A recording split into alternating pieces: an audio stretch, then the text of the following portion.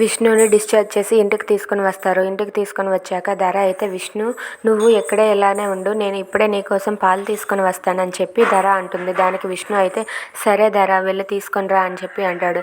సరే విష్ణు నువ్వు రెస్ట్ తీసుకో, నువ్వేమీ కదలకు, నీకేం కావాలన్నా నన్ను పిలువు విష్ణు అని చెప్పి ధర అంటూ ఉంటుంది. దానికి విష్ణు అయితే సరే ధర వెళ్ళి పాలు తీసుకొని రా అని చెప్పి పంపిస్తాడు. ఇంతలో వరలక్ష్మి అయితే విష్ణు వాళ్ళ ఇంటికి క్యారేజ్ తీసుకొని వస్తుంది. అది చూసి ధర అయితే ఒక్కసారిగా షాక్ అవుతుంది.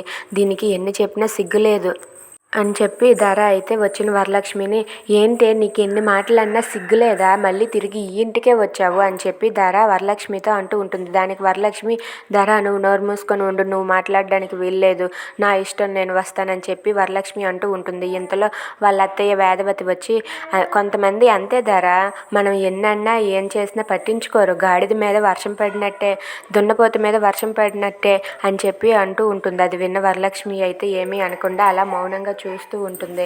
ఇక ఇంతలో అక్కడికి నందిని వచ్చి అమ్మ ఏంటమ్మా నువ్వు ఎందుకు వరలక్ష్మిని అలా తిడుతూ ఉంటావు, తను నీ కోసమే కదా, నీ ఆరోగ్యం కోసమే క్యారేజ్ తీసుకొని వచ్చింది, డాక్టర్ గారు చెప్పిన ఫుడ్నే తీసుకొని వచ్చింది, తను ఏమీ అన్నయ్య కోసం రాలేదమ్మా, నీ కోసం నీ ఆరోగ్యం కోసం తన డ్యూటీ తను చేస్తుందమ్మా అని చెప్పి అంటూ ఉంటుంది. If you like this video please like, share and subscribe. Thanks for watching.